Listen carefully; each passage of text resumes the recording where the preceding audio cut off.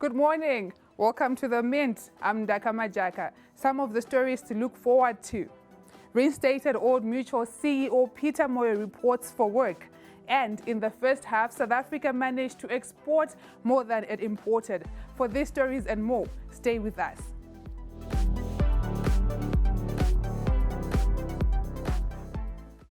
The Zimbabwe Stock Exchange managed to extend its sell-off in a weak opener as demand continues to decrease across the stock exchange. The all-share index let go of 0.25% to close at 184.1 points, while the industrials retreated 0.26% to end at 614.43% points. The blue chip top index lost 0.34% to end lower at 172.18 points, while the resources index remained stable at 244.57 points. Apparel retailers Edgar's led the shakers of the day after trimming 5.44% and settled at 0.1513 cents. They were trailed by Simbisa, which dropped 3.1%, to Econet, which also dropped 1.7 points. Insco completed the top 5 losers of the day on a 0.34% decline, while multi-listed group Old Mutual led the gainers of the day for the second consecutive day, adding 1.14%. Banking group NMB ticked up 1.03% to close at 0.256, while Sidco International extended 0.06% to 2.124.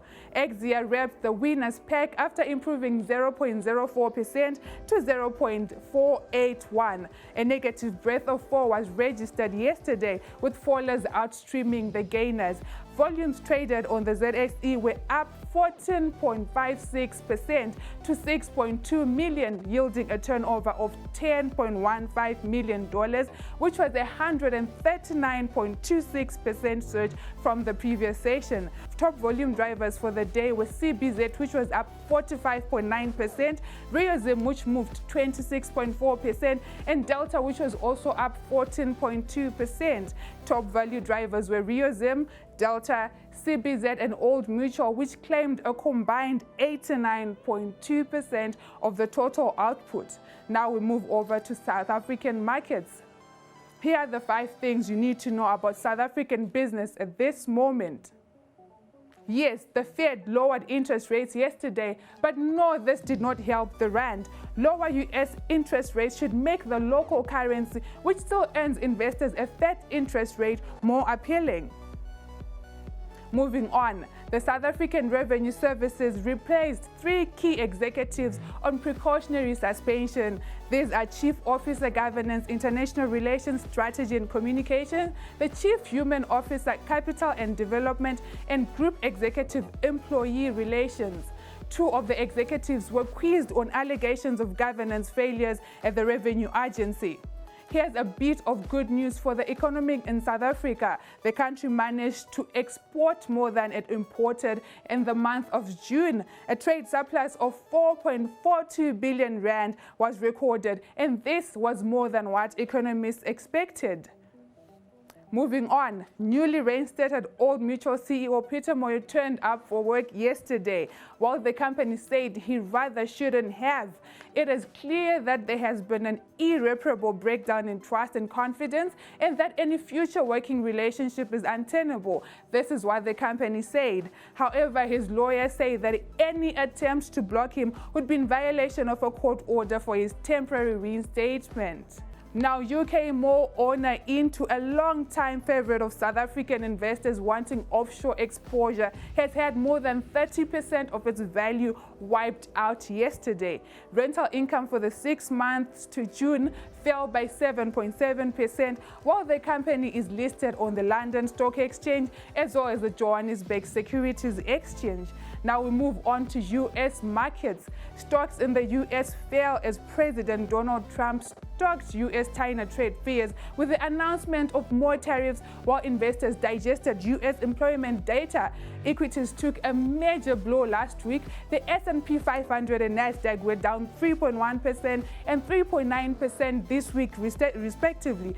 This was actually their biggest drops for the year 2019. The Dow had its second worst week of the year, sliding by 2.6%. Caterpillar and Dairy, two stocks associated with trade because of their overseas revenue exposure, both fell by more than 1.5%. The Van Eck Vector's semiconductor ETF was also down 1.4%, led by a 4.2% decline in Skyworks Solutions. The U.S. economy managed to add 164,000 jobs in July, just below the Dow Jones estimate of 165,000 jobs. The job gains pushed the size of the U.S. labor force to record a high. Wages topped analyst expectations as they rose 3.2% on a year-over-year basis. This surpassed the Dow Jones forecast of 0.1 percentage points. The strong wage numbers could be seen by traders as a sign of rising inflation, which could keep the Federal Reserve from cutting multiple rates multiple times this year. The Fed cut interest rates by 25 basis points on Wednesday. We move on to European markets now.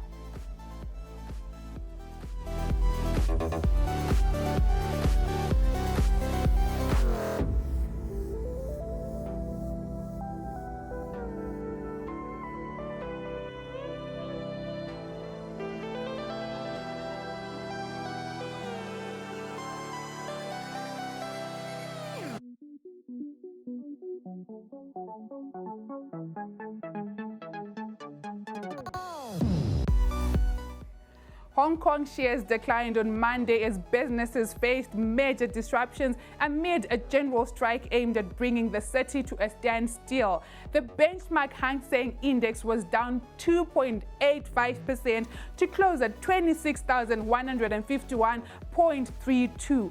Carrie Lam, Hong Kong's embattled chief executive, said on Monday that she believed the city was on the verge of a very dangerous situation. Now, the unrest in Hong Kong started since early June when protesters took to the streets to oppose an extradition bill proposal, which has since been suspended but not fully withdrawn.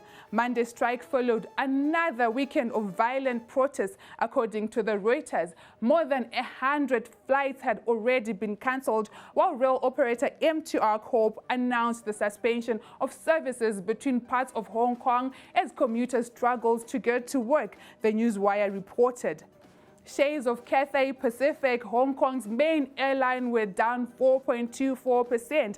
Other Asian markets also traded lower amid wider concerns over the trade disputes between Beijing and Washington. Now, as we've mentioned, President Donald Trump said on Thursday that the U.S. is putting a 10% tariff on another $300 billion worth of Chinese goods starting this September. In Japan, the Nikkei 225 fell 1.74% to close at 20,720.29, adding to its losses from Friday, where it had declined by more than 2%. Shares of heavyweight index SoftBank Group dropped 3.48%. In mainland China, Shanghai Composite slipped 1.62% to close at about 2,821.50, and the Shenzhen Component shed 1.66% to end at a trading day of 8,984.73. The Shenzhen Component declined 1.467% to close at around 1,517.27. Those moves came in after Caixin Services Purchasing Managers Index, the PMI for July, came down in a 5-month low at 51.6 against a June reading of 52. A PMI reading of 50 separates growth from contraction. In company news, HSBC has announced the departure of its CEO John Flint on Monday, citing the need for a change at the top amid a challenging global environment. The lender said its first half pre-tax profit had jumped 15.9% while announcing a further buyback of $1 billion. The Hong Kong listed shares of HSBC fell 1.85% on Monday. Now we move to African currencies.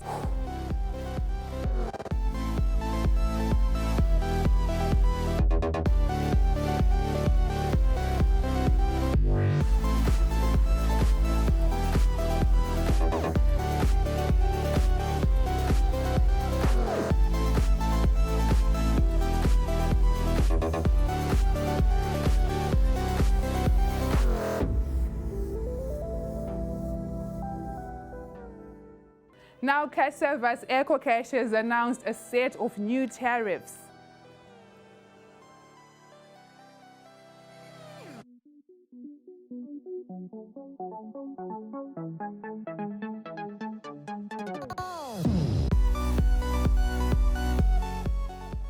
China led its yuan weaken below 7 yuan per dollar on Monday, an 11-year low as the escalation in the US-China trade war shook currency markets.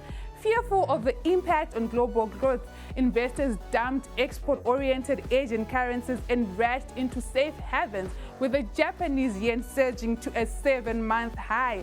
Chinese authorities, who had been expected to defend the psychologically important level of 7 per dollar, allowed the currency break thought the flow to its lowest in the onshore market since 2008, when the global financial crisis happened.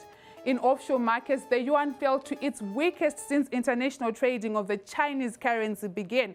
The currency was headed for its biggest one-day drop in 4 years. It was last down 1.45% at 7,395 in offshore markets. However, the fall came after Beijing vowed on Friday to fight back against the US President Donald Trump's decision to impose 10% tariffs on $300 billion worth of Chinese imports, ending a month-long trade truce.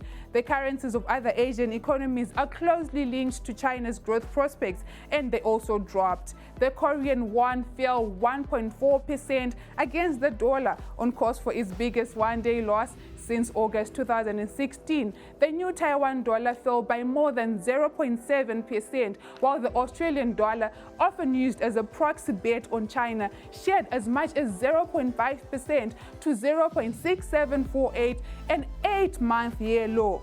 Japan's yen, which investors buy in times of risk aversion, rose 0.7% to its highest since the January flash crash. The yen was last up 0.7% at $105 after hitting $105 again earlier. The US dollar edged lower against a basket of currencies, down 0.38% at 97.70. This was against the euro, and the dollar managed to slip $1.11. Analysts say that Trump, who has been repeatedly calling for a weaker dollar in 2019, was unlikely to ignore the yuan's depreciating. The sterling fell again after media speculation over the weekend that Prime Minister Boris Johnson was gearing for a general election. The pound shed 0.5% to 1,205, not far from its 2-year low of 1,280 touched on last week. We now move over to commodities.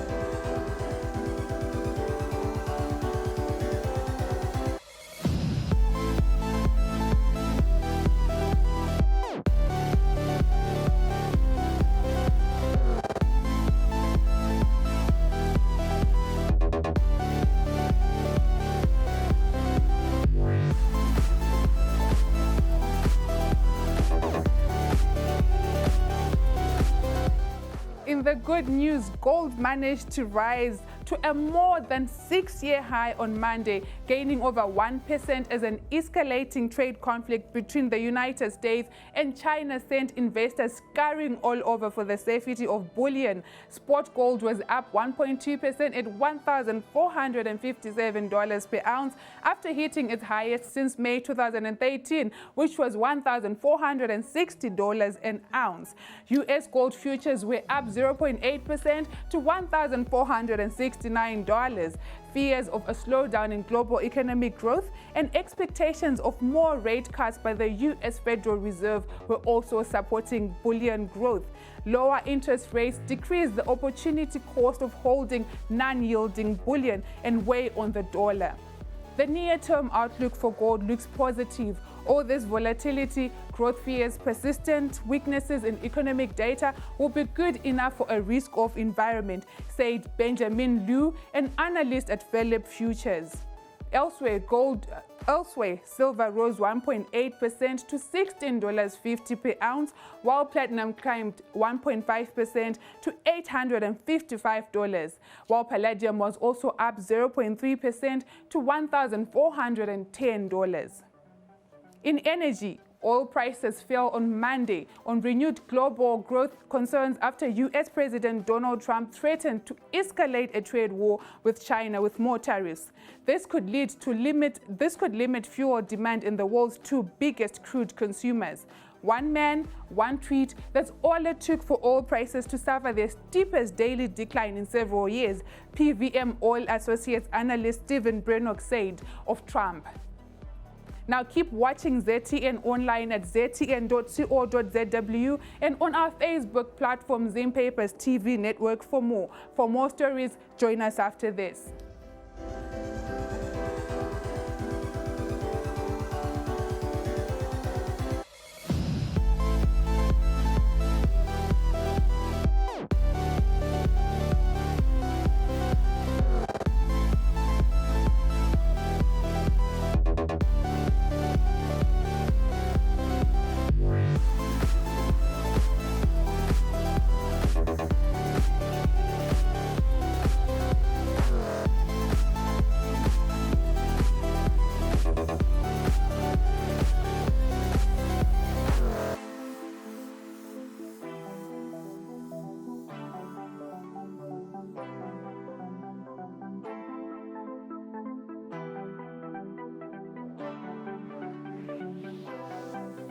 Now, what's the quickest way to come up with $30,000? If you're a card shark like David Dineshka, the answer might be to sign up for a poker tournament. Dineshka and two friends wanted to start an online marketplace connecting florists with customers, but they did not have the startup cash. So what Dineshka do, who won the World Poker Series in 2008, is that he spent $1,000 to enter a poker tournament. The grand prize was $30,000, which was coincidentally just the amount of money they needed. At the end of the 10th final round, Dineshka told his friends what they wanted to hear. It's flower time, he said. They launched their business, Bloom Nation, soon afterwards.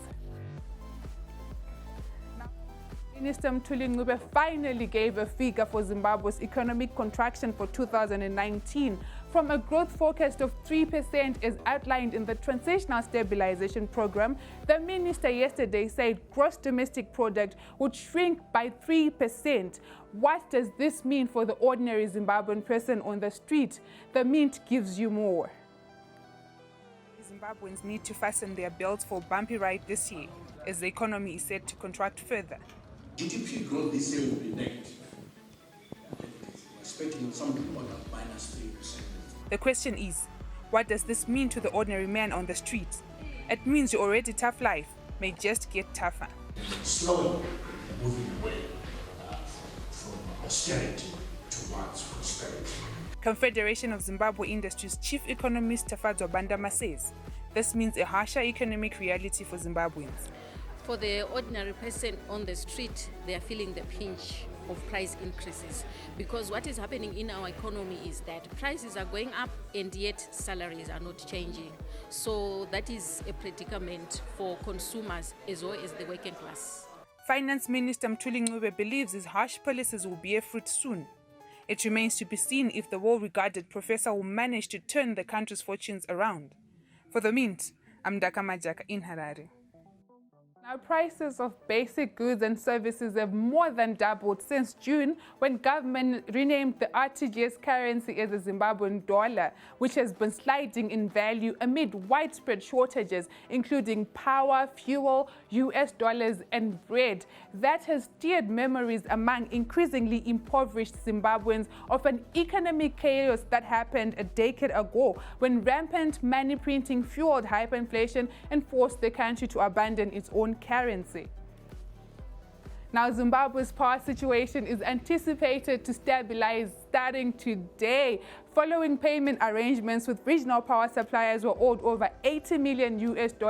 A government official has said there is finally light at the end of the tunnel. Finance Minister Permanent Secretary George Guamatanga told an AMH Holdings midterm budget review meeting yesterday that the situation was anticipated to improve, putting an end to load shedding, which has plunged Zimbabwe into an 18-hour darkness routine. We give you more. There could be light at the end of the tunnel for Zimbabwe. Treasury says it has made arrangements with regional power suppliers. We have been engaging with suppliers of electricity, whom I don't want to mention because it's not my role to mention them, but we have actually agreed on some of the repayment terms of the debt. I think the first installment was made last week. We are going to be making weekly installments for the legacy debt, and we have also agreed that we'll then pay on a current basis for the supplies that we are now going to be using. And working with the mining sector, we've been able to ring-fence adequate resources to pay for at least 400 megawatts of electricity per month, depending on where we are going to be buying it and who is going to be supplying it, because there are different prices. But we certainly expect that the power situation, having concluded with one of the suppliers, should improve starting tomorrow or from Wednesday. This follows an electricity tariff hike of up to 500% last week by Treasury. Government has approved the following electricity tariff measures for immediate implementation. 1, the electricity tariff for non-exporting businesses will be increased from an average of 9.86 Zimbabwe cents, which is about $1 equivalent, to an average of 45 Zimbabwe cents per kilowatt hour, which is approximately 5 US cents. Industry says they have now resorted to single shifts instead of the traditional 3 on the back of these power cuts. If you may want to know, our industry is now on a 1 working shift throughout the day, and when they're supposed to be having 3 working shifts. So because of shortage of electricity, they are only on a 1 working shift, and that means contract workers are sent home, and it is actually affecting employment. Zimbabwe is presently going through load shedding, which lasts up to 18 hours daily. Citizens hope the new tariff regime will lead to a stable power pattern. For the Mint, I'm Ndaka Majaka in Harare. Now, this will come as good news for most Zimbabweans because, as you've heard from the CZI chief economist, companies had switched to a single shift. A few weeks ago on the Mint, we gave you the Surface Woolmer story, where Surface Woolmer explained that they had to send 300 workers home daily because they did not have power. In fact, the company stated that it was moving to close and shut down operations because it simply could not afford to run on a generator, even for domestic consumers who, by the way, owe Zesa Holdings about 1.2 billion Zimbabwe dollars. It will be a good move for them to get power. Stability in power will be a good thing for everyone. Now, moving on, the Grand Inga Dam hydroelectric project in the Democratic Republic of Congo is showing signs of coming back to life. This is after the project was discussed at the African Union Extraordinary Summit, which was held in the Niger. The Inga project is estimated to produce 40,000 megawatts of power. This is enough to power to nearly the whole continent. It has been proposed for over 10 years, but lack of political will and possible corruption has prevented the project from reaching its full potential. Since 1972, only Phase 1 and Phase 2 in 1982 of the project had been in existence and operational. Together, they generate almost 1,800 megawatts of power. The Grand Inga is supposed to be constructed in 6 phases. Inga 3 will be in the first phase of the project. An agreement was already signed between South Africa, Namibia, Botswana, and Angola, along with the DRC about 10 years ago, in order to develop the Inga 3 project and provide transmission of power that provides power for the Western Corridor. Approximately, Inga 3 was to cost about 14 billion US dollars. However, in 2013, a side deal by South Africa and the DRC sidelined the rest of the Southern African countries, which led to an interruption of the project. However, the meeting held at the African Union Extraordinary Summit gave some little hope that the project could be revived. The Grand Inga Dam is the world's largest suggested hydropower scheme. It is the cornerstone of a grand vision to help a continent-wide power system. It is projected that about $80 billion could be enough to develop the project. This will include placing transmission lines across the continent so that everyone can access power. Amani Abu Zaid, AU's Commissioner for Infrastructure and Energy, did not go into details about the Grand Inga Dam project when asked about it, but she said that Africa needs to develop its energy resources. Now moving on, Tesla plunged 10% in extending trading after posting a larger than expected loss last Wednesday in a second quarter earnings update. Here's what Tesla reported versus what analysts expected based on average estimates compiled by Relative.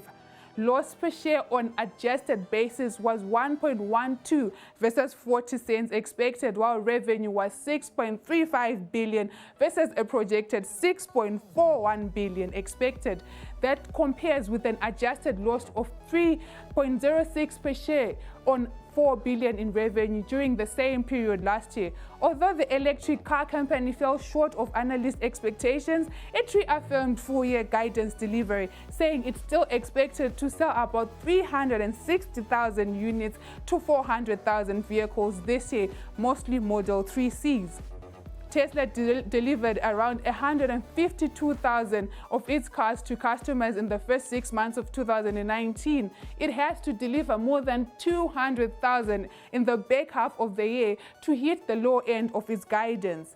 The company says it has a weekly run rate of 7,000 Model 3 vehicles and aims to be able to produce 10,000 Model 3s weekly by the end of 2019.